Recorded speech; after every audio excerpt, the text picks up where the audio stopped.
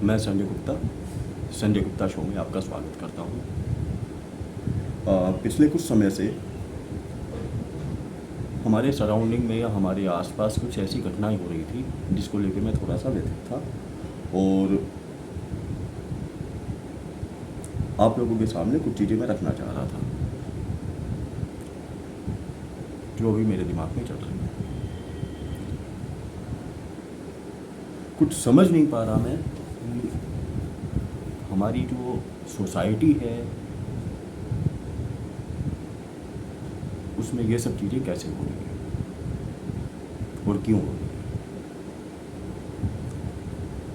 कुछ चीज़ें जो मुझे समझ में आ रही हैं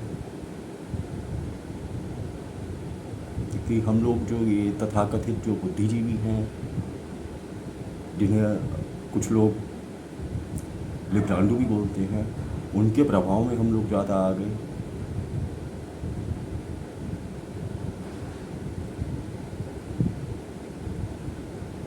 जैसे पति पत्नी की हत्या कर रहा है, पत्नी पति की हत्या कर रही है, और तो यही मैं सोच रहा था कि हमारी सोसाइटी को हो क्या गया है। जो एक परिवार को साथ लेके पहले चलते थे, अब वो परिवार क्यों पीछे छूटता जा रहा है।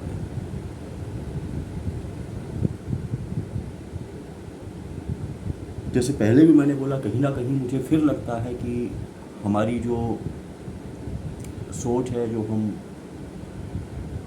ये जो तथाकथित जो बुद्धिजीवी हैं वो हमारे कुछ नहीं लगते, बट हम उनसे बहुत ज़्यादा इन्फ्लुएंस होते हैं कहीं ना कहीं, जस्ट बिकॉज ऑफ वो सक्सेस है। और हमारी सोसाइटी ये सिखाती है, हमारा जो सनातन धर्म है वो ये सिखाता है कि सिर्फ सफलता के पीछे भागना नहीं है, सफलता के साथ साथ हमें अपनी नैतिकताओं को भी फॉलो करना है। बट हम सिर्फ सफलता के पीछे भाग रहे हैं, आज नैतिकता कहीं पीछे छूटती जा रही है। तो इस वीडियो में आपका ज़्यादा समय ना लेते हुए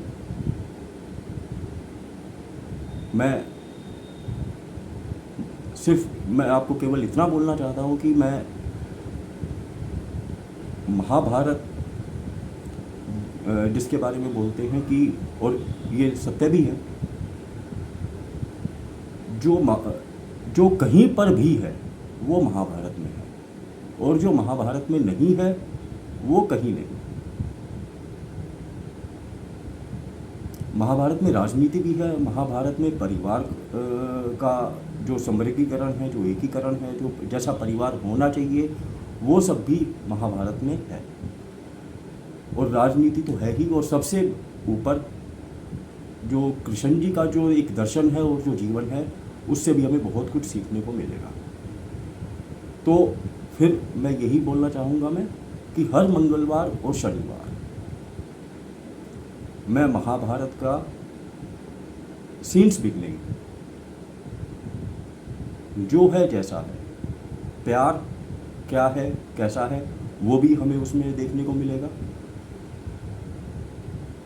और इनफैक्ट हमें सभी कुछ महाभारत में देखने को मिलेगा, और उसमें मैं अपना एनालिसिस भी आपके सामने थोड़ा सा मैं प्रस्तुत करूँगा।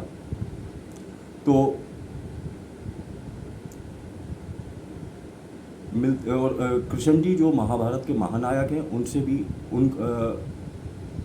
और जो हमारे जो पूर्वाग्रह हैं वो भी कहीं ना कहीं टूटेंगे उससे, क्योंकि बहुत कुछ हमें महाभारत के बारे में ऐसा बताया जाता है जो महाभारत से जो उस समय की जो हमारी जो सोसाइटी थी, जो हमारा उससे मेल नहीं खा।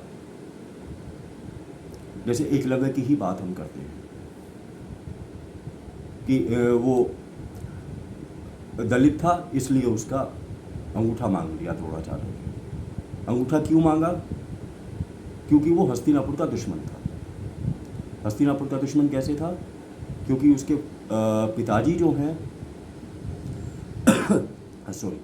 उसके पिताजी जो हैं वो जरासंध की सेना में प्रधान सेनापति थे, और जरासंध वो था जो मगध का कट्टर शत्रु था।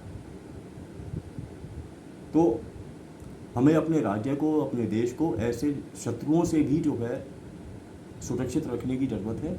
और उसी कारण से द्रोणाचार्य ने उस एकलव्य का अंगूठा मांगा था गुरु दक्षिणा में, जबरदस्ती नहीं थी।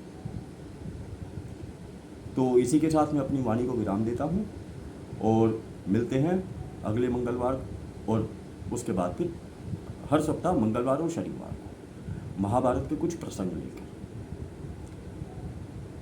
तो दोबारा से जय श्री कृष्ण मित्रों, प्रणाम।